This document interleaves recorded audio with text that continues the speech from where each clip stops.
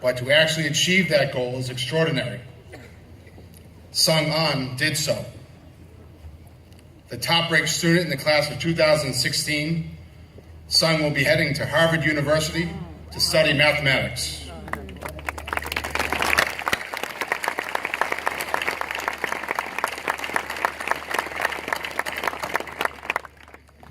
He would like to follow in the footsteps of Mr. Bedoin and teach math.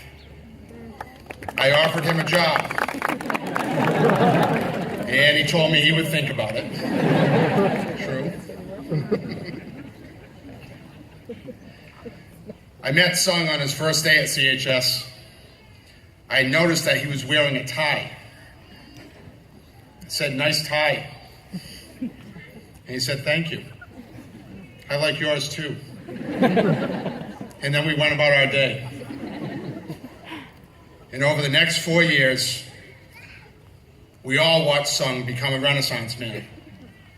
Singing and dancing in musicals, acting in plays, leading the math team, driving the deep thinking in classes, doing magic tricks and telling jokes. And then to top it off, he had some of the best and sweetest moves at the senior prom and was voted in as the prom king.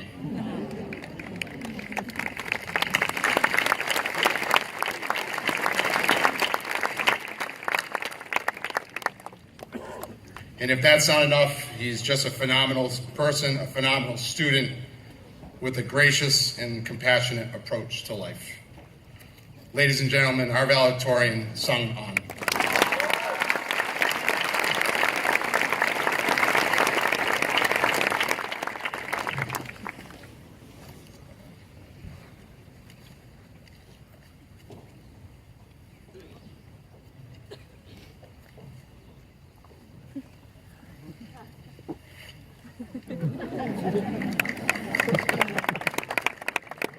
Sorry, this is more serious. Good evening. School committee members, Mr. Follen, honored guests, families, and class of 2016. Thank you for participating in this joyous celebration. First, I want to give gratitude to my family. And I want to thank you, the class of 2016, for being the amazing group of individuals you have become. I'm going to ask you to close your eyes again. Imagine yourself surrounded by 4 solid brick walls. How do you escape? By flying out of there. This is your imagination after all, and the rules of physics do not always apply. Keeping your eyes closed, now imagine yourself enclosed in a cube of metal. All physics applied and nothing on your person. No doors, no windows, just solid blocks of metal trapping you. How do you escape? Open your eyes. The trap was merely in your imagination. Welcome back to reality where you are free. See, awkward clap.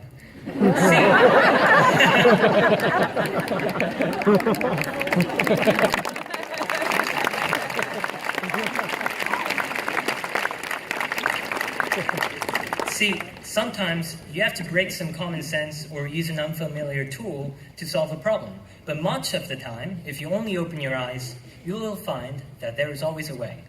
Maybe far outside the box, maybe even beyond your imagination. These types of problem-solving experiences are requisite in facing day-to-day problems associated with change. Be it of plans or of situation, change of any sort may bring a load of seemingly unsolvable problems every day. This is natural. Change happens because life is not like one solid block, but more like a machine with moving parts. We are not the people we were 10 years ago, and we will not be the same people 10 years from now. Take it from my experience. I would not even be here if my family hadn't moved to America when I was 7 years old, changing my environment. I would not be speaking the language if my teachers hadn't taught me to change my linguistic capabilities. Change is a necessary part of life because it helps us grow. Now, I'm not talking about the annoying dimes and quarters that clink around in our pocket. I'm talking about change as a shift from one state of being to another. Even the simplest things can be changes.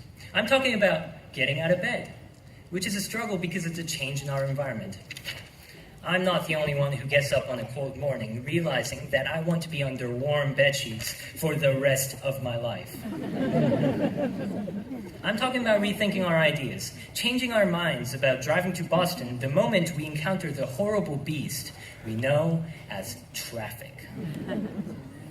I'm talking about our tassels that hang so distractingly in our field of vision.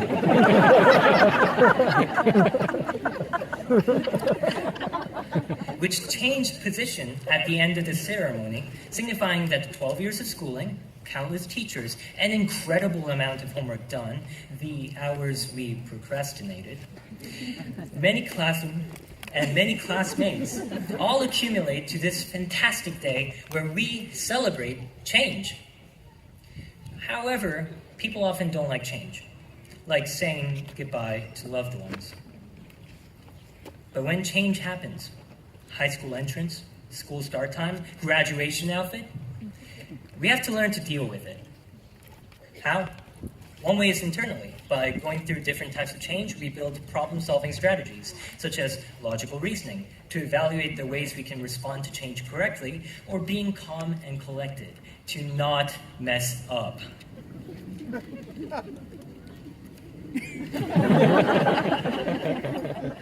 That wasn't a joke.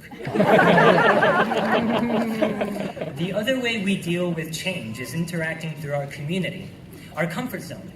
Depending on who we choose, they can become a group of people we turn to in times of trouble. What's our slogan at CHS? Say it with me. Be one and move forward. It means that we have to work together to push onwards. Ideally, this means that each member will be there to support any other through any change, whether it be helping with the new environment for a new kid, or helping others change their frame of mind to do well. But I don't see that sometimes. For example, at an athletic event, I can see more green seats in the gym or metal bleacher in the field than human population. Or during a performing arts event as a performer, ready to show incredible works of music or theater, I find more seats empty than full. Art shows with lower attendance, math teams or science teams recognized only by the select parents. For these, I never once regretted attending or participating. I know very personally that you will often find the most caring and supportive communities outside your comfort zones. It's an interaction. You must change your environment such that the environment can help you go through other changes. And so, remember this, if anything. In life, internal problem solving is important in embracing change. But external support is also extremely important, more important than you may imagine. So next year, step out of your comfortable community. Go to a play you've never seen before, or to a sporting event you never go to. Have an open mind and experience things you usually wouldn't. It is there you may find a hidden gem or a special community. Congratulations, class of 2016. Thank you all from the bottom of my heart. Keep on changing.